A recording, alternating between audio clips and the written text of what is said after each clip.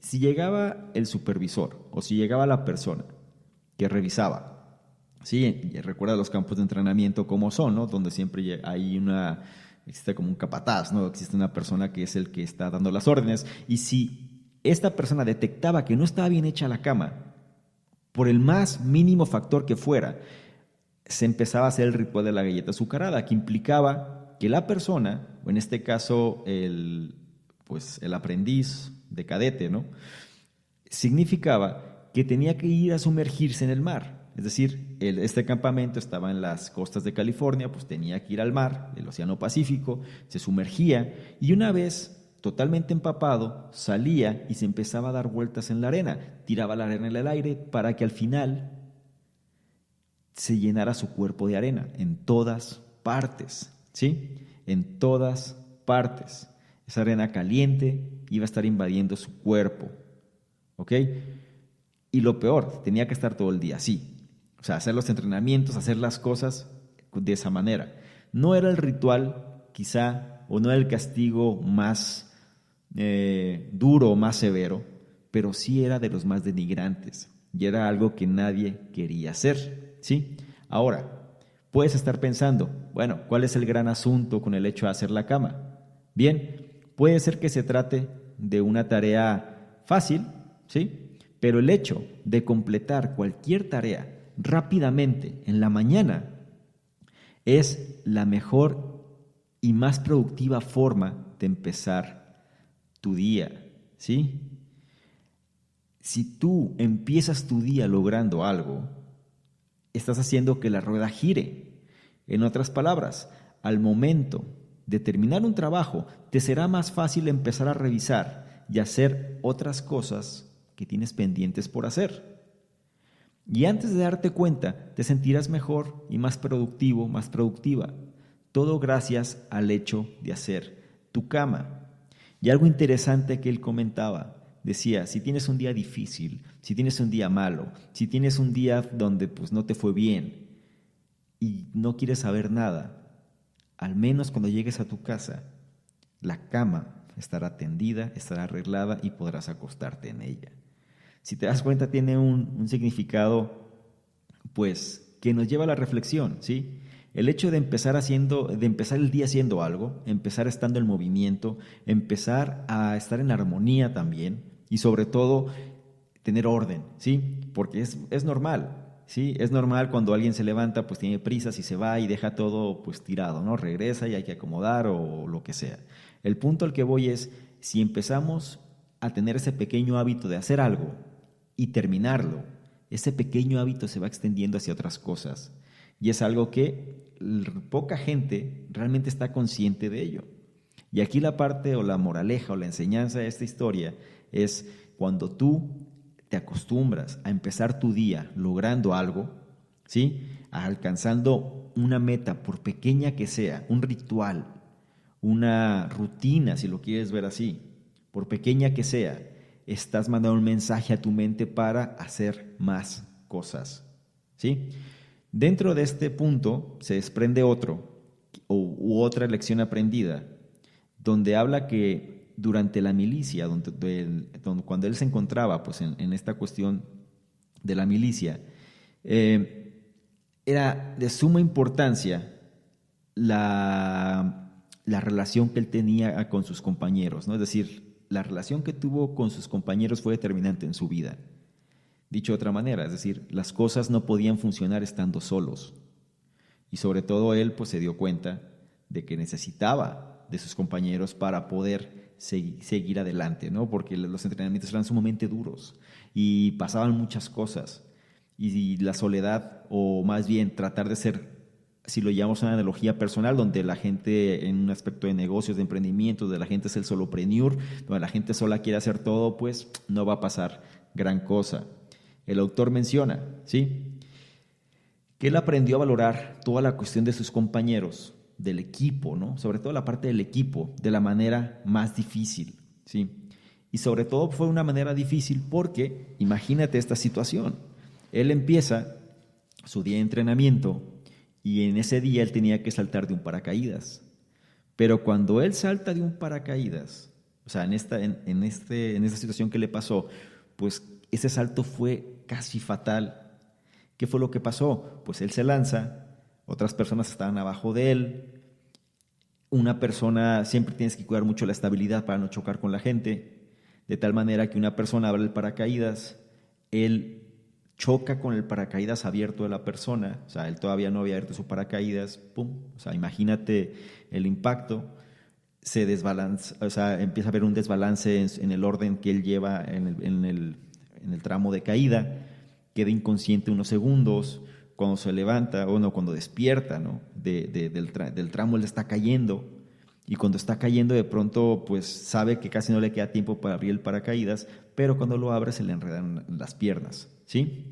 Se le enreda en una, después el otro se le enreda en la otra, de tal manera que al momento que el paracaídas se expande, pues le desgarra, ¿no? O sea, toda la pelvis, los músculos del abdomen, le desajusta pues toda la cuestión central del cuerpo. O sea, imagina, él decía que el dolor era insoportable, ¿no? Y vas cayendo en el aire. O sea, el punto es cuando nos solemos quejar de cosas, pero cuando vemos este tipo de analogías, pues no se compara, ¿no? Es decir, ese tipo de sucesos.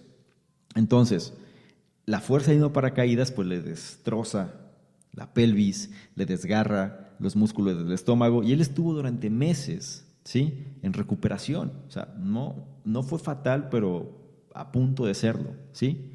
Y el autor, mediante todo ese proceso de recuperación, él supo la importancia de tener un equipo, él supo la importancia de estar rodeado de personas que te aprecian, él supo la importancia de tener gente en la cual respaldarte, en la cual apoyarte, ¿sí? De otra manera, si no hubiera sido por estas personas, incluyendo a su esposa, pues él seguramente se hubiera sumergido en la depresión y no estaría, posiblemente ni siquiera estuviera aquí, ¿sí? Fueron meses, meses y meses de estarse recuperando y nadie lo dejó caer. Ese es el punto, ¿sí? Es decir, cuando las cosas vienen mal, pues necesitas un soporte muchas veces y ese soporte te lo van a dar, en el caso de él, pues sus compañeros de equipo, en el caso tuyo, pues puede ser las personas con las cuales tú mantienes ese tipo de contacto. El punto es analizar si las personas con las que tienes ese tipo de relación realmente podrían sostenerte o realmente podrían apoyarte, realmente podrían ser personas con las cuales puedan contribuir en tu vida y sobre todo sentirte respaldado o respaldada en el momento en que una situación difícil ocurra. Eso te lo dejo de tarea. Todo mundo, tarde que temprano, experimenta alguna vez en la vida la necesidad de tener apoyo de alguien, ¿sí? Que crea en nosotros. Porque es muy puntual lo que dice, tú no vas a poder hacerla en la vida tú solo, tú sola, ¿sí?